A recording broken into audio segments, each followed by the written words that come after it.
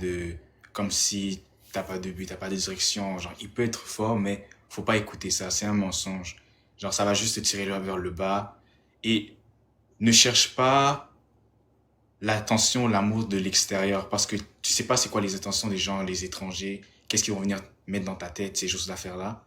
Moi, personnellement, mon but, je l'ai trouvé dans le Seigneur en suivant Jésus. Et ça fait que j'ai appris que les choses qui vont vraiment te mettre la joie, qui vont vraiment te donner un sens de la vie, c'est vraiment comme l'amour, la justice, la compassion, ces choses-là, ces choses bonnes. Même si c'est dur, même si c'est des choses qui sont pas forcément récompensées dans le monde, c'est des choses qui sont vraiment bonnes, qui vont t'amener du sens dans la vie et qui vont te permettre de rencontrer les bonnes personnes.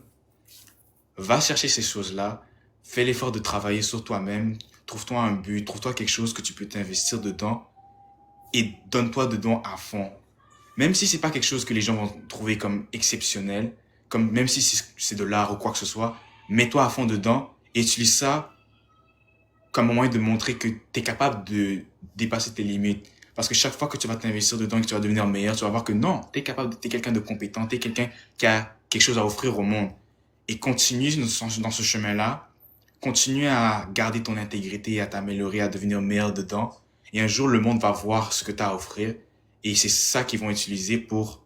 C'est que ça, ils vont venir te chercher pour ça. Ils vont te dire, ce truc-là que tu as développé toute ta vie, c'est ça qu'on veut. Mais garde quand même ton intégrité, mais utilise ça pour aller à gauche, à droite.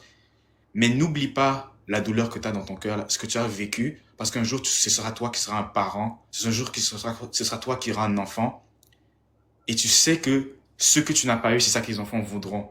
Donc, au lieu de laisser, des fois, tout le monde va souffrir dans la vie, mais c'est pas ce que tu as souffert, c'est ce que tu vas faire avec la souffrance qui va définir qui tu es.